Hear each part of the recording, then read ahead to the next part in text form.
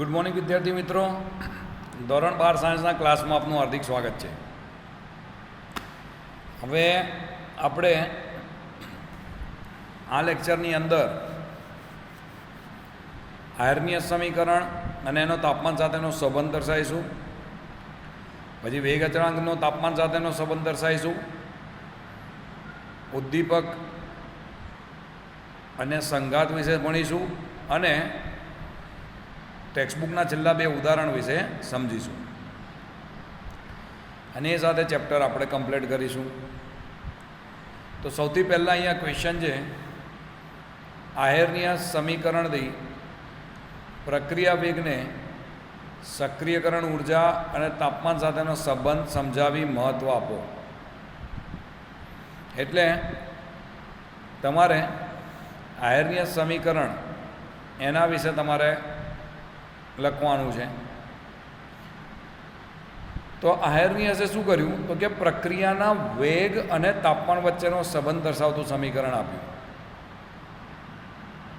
તો એ સમીકરણ અહીંયા દર્શાવ્યું છે કે બરાબર A into e raise to minus E upon RT. કે બરાબર A into e raise to minus E upon RT.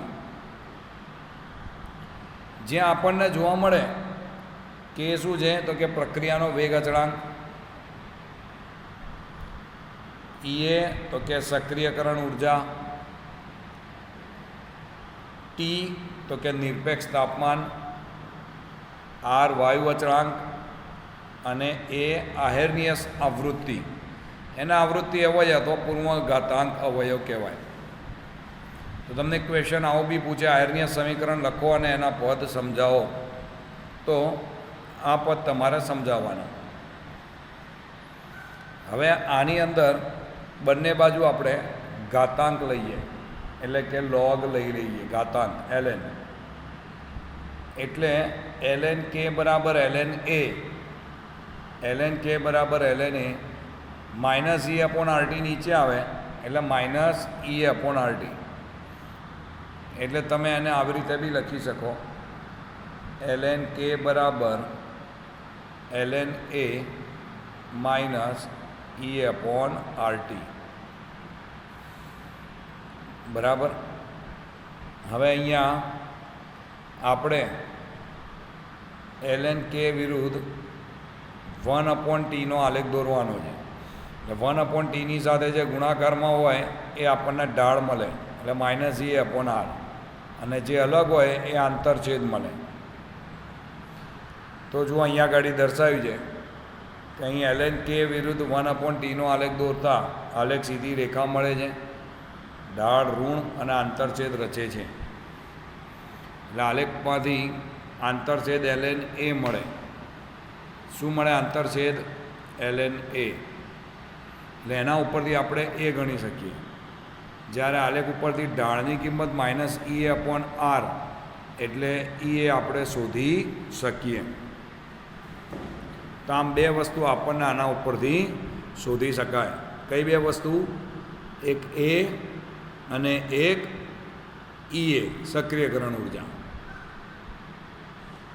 હવે આયર્નીય સમીકરણ પ્રમાણે એવું છે, આ MCQsમાં પૂછાય, માઇનસ ઈ અપોન 1/t એટલે તાપમાન વધે તો સક્રિયકરણ ઉર્જા ઘટે.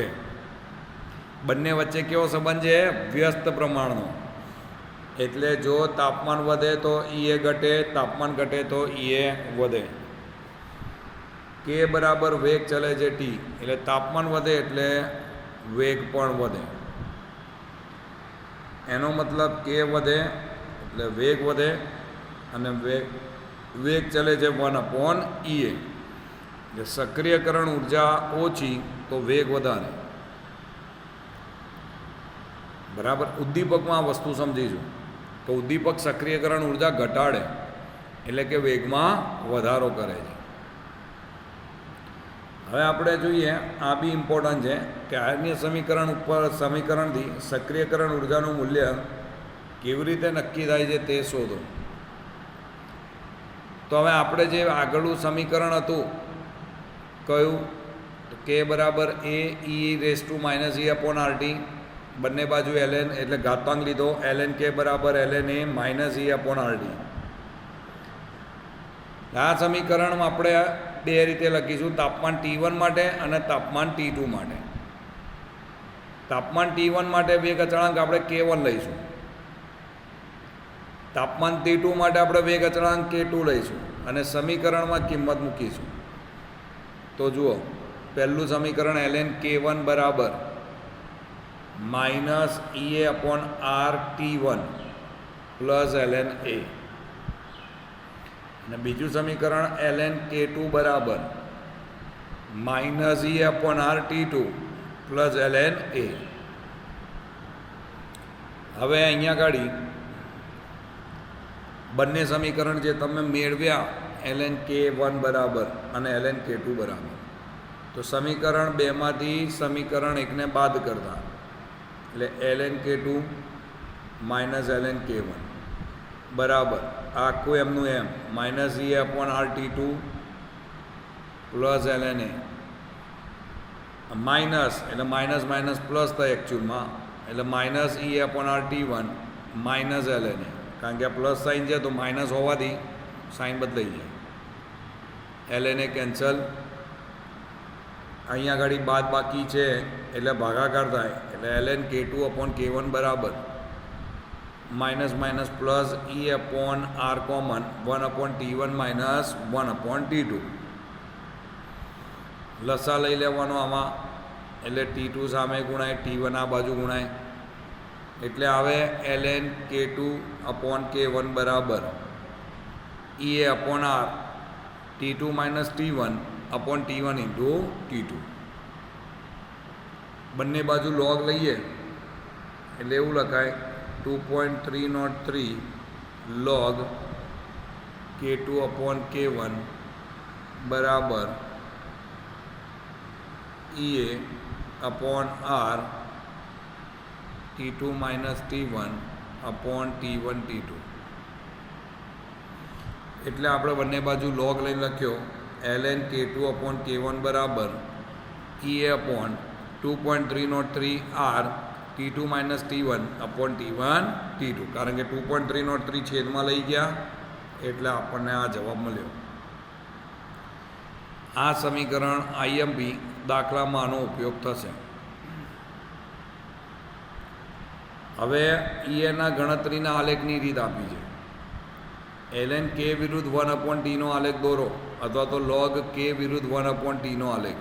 તો આલેખ ઉપરથી ઢાળ ગણાય અને ઢાળ ઉપરથી EM મળે.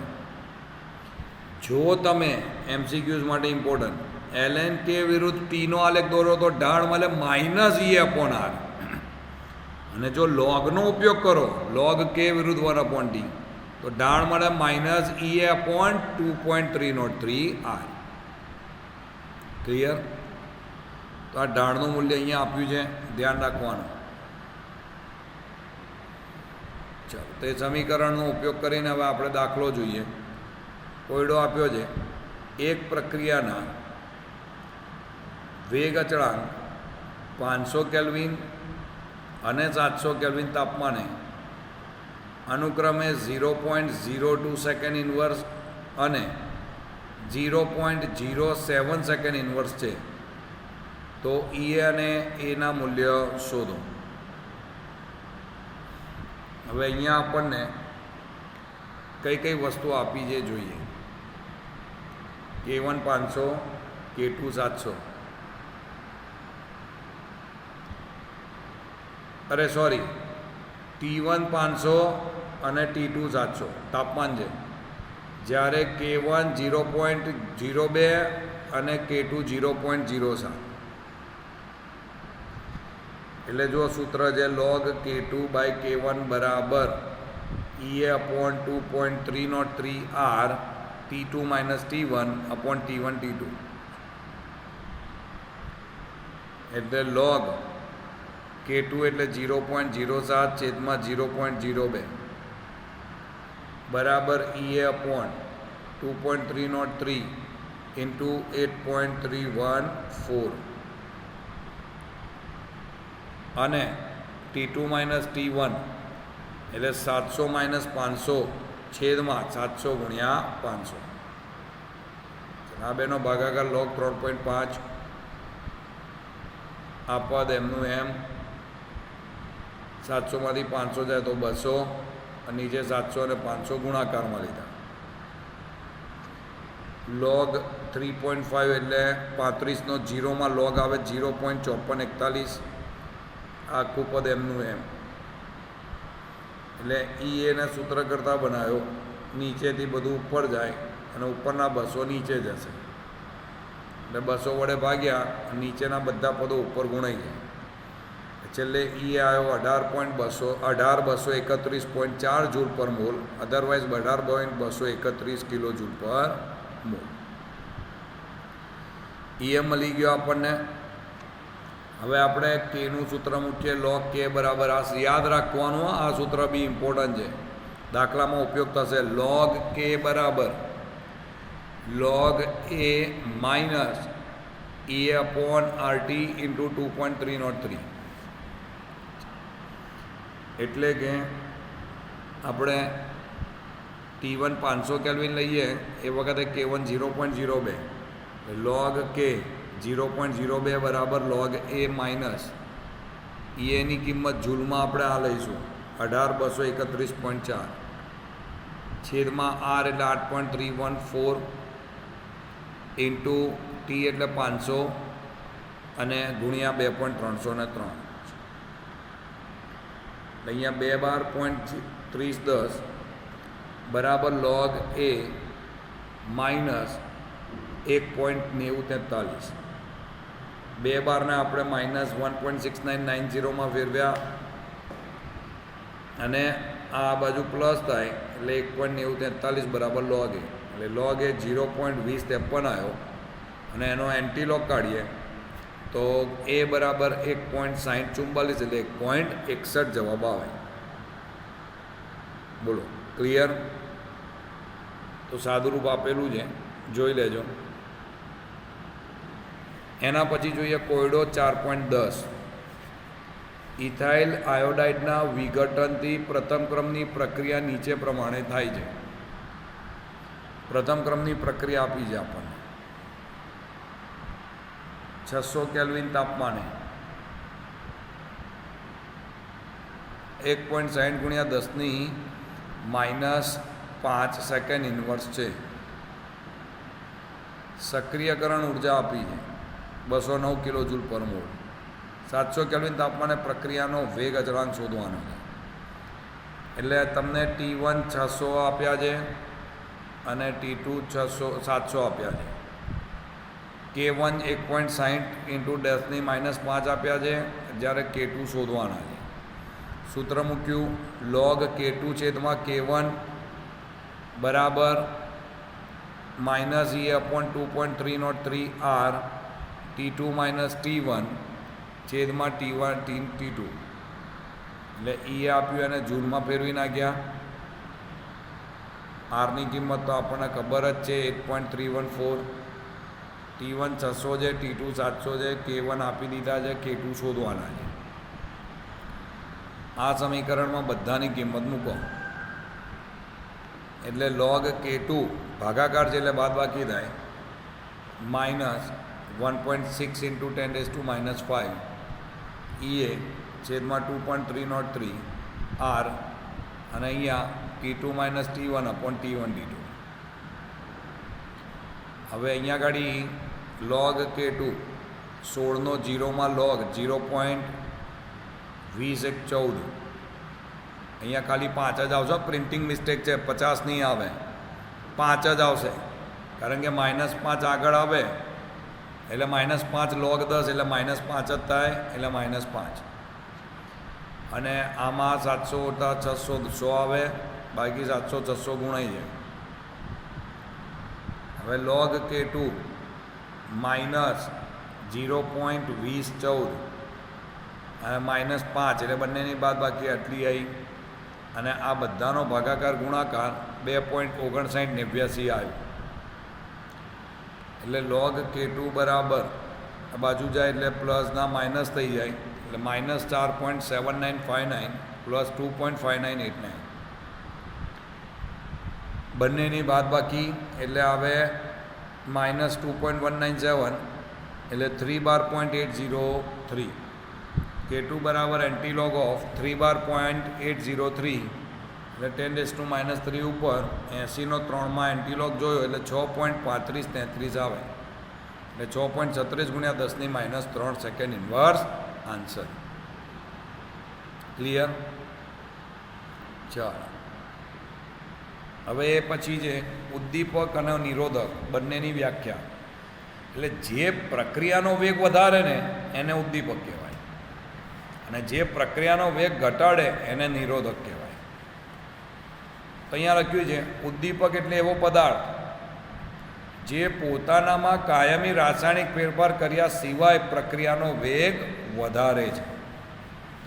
જેમ કે પોટેશિયમ ક્લોરેટનું વિઘટન MnO2ની હાજરીમાં થાય તો ઓક્સિજન ઉત્પન્ન થાય છે, પણ આ પ્રક્રિયા ખૂબ જ ધીમી છે એટલે MnO2 ઉમેરવા પડે. નિરોધક એટલે કે જે પ્રક્રિયાનો વેગ ઘટાડે, જે પદાર્થ પ્રક્રિયામાં કાયમી ભાગ લીધા સિવાય પ્રક્રિયાનો વેગ ઘટાડે એને નિરોધક કહેવાય.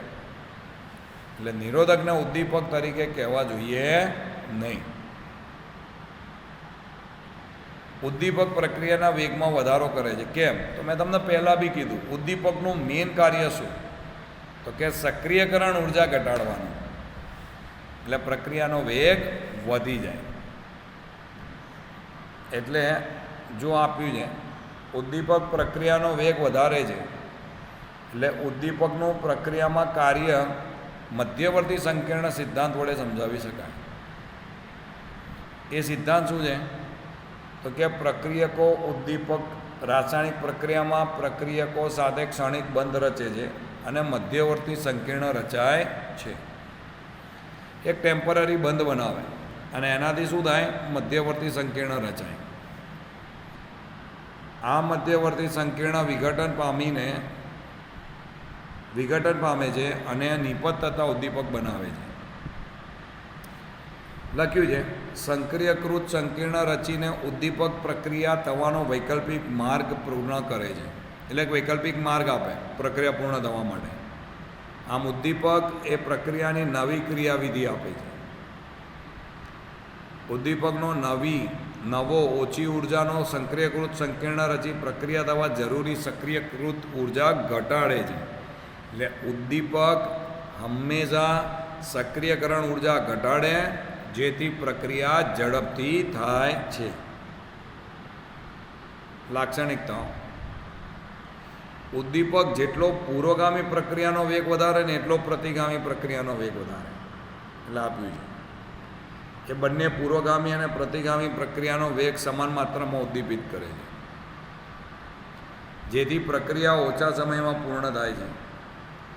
પરિણામે પ્રક્રિયાનું સંતુલન બદલાતું નથી અને ઉદ્દીપકનું ઓછું પ્રમાણ પ્રક્રિયકોના વધારે જથ્થાને ઉદ્દીપિત કરે છે.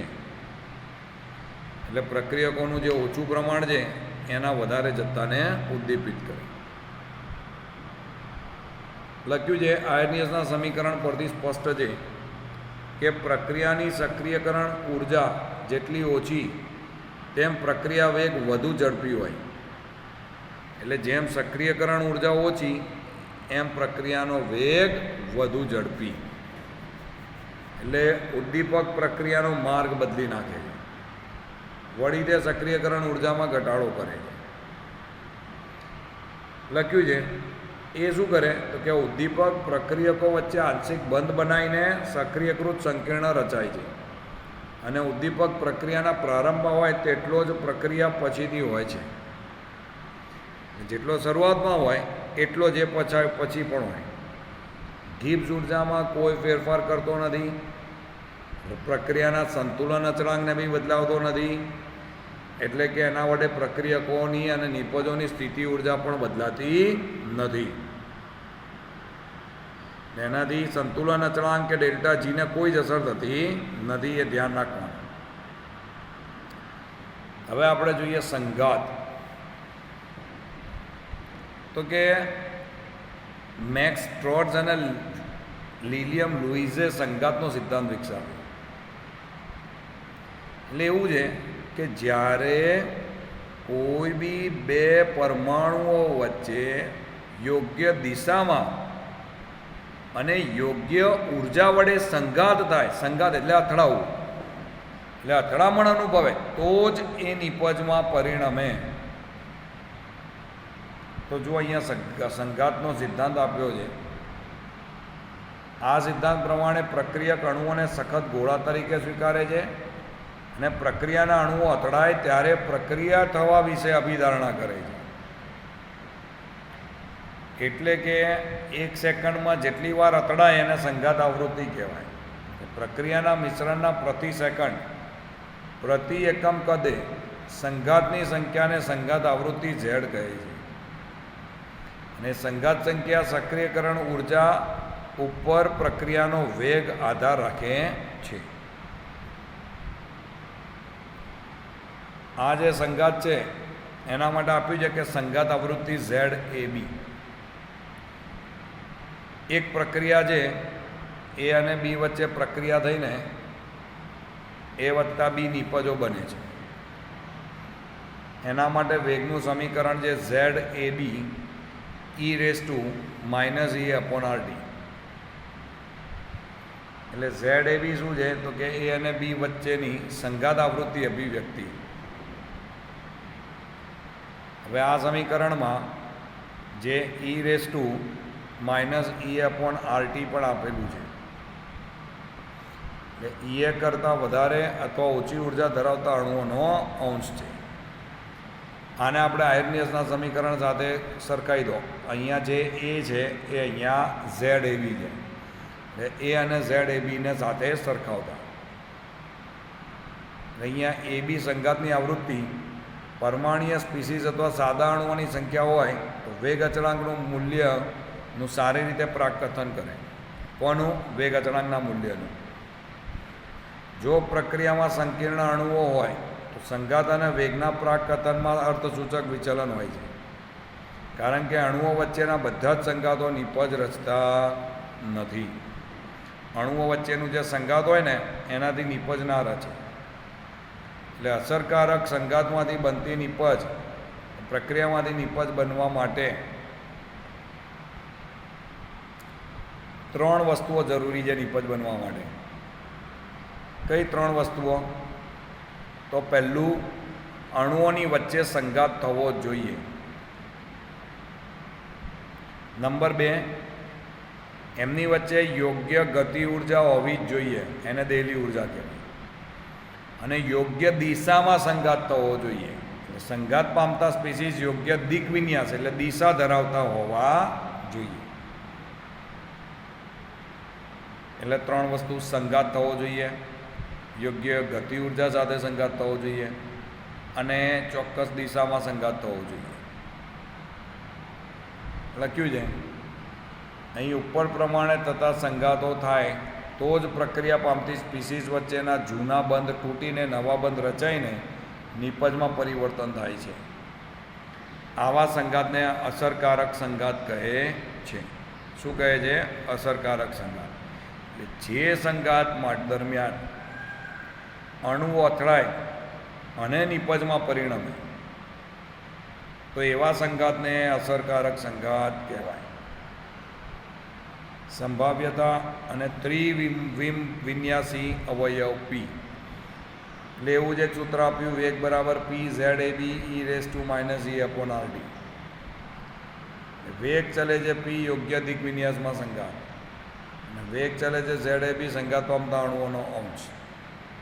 એટલે આપ્યું છે -e/RT એ સંઘાત પામતા અણુઓનો લઘુત્તમ ના જેટલી જ ગતિ ઉર્જા ધરાવતા હોવા જોઈએ.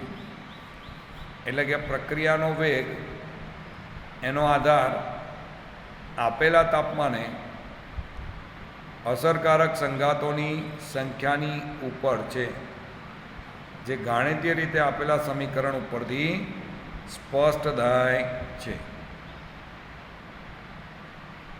રાસાયણિક પ્રક્રિયા થવા માટે યોગ્ય દિશામાં યોગ્ય ઉર્જા સાથે સંઘાત થવો જરૂરી છે, તો જ રાસાયણિક પ્રક્રિયા થાય.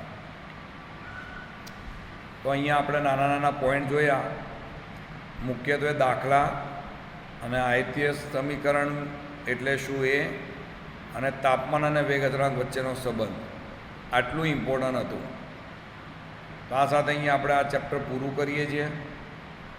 હવે નેક્સ્ટ ચેપ્ટર આપણે ઓર્ગેનિક કેમેસ્ટ્રી એ તરફ જઈશું, ચેપ્ટર નંબર 10.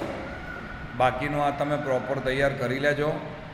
તો હવે નવા લેક્ચરની અંદર આપણે 9 પ્રકરણ વિશે અભ્યાસ કરીશું.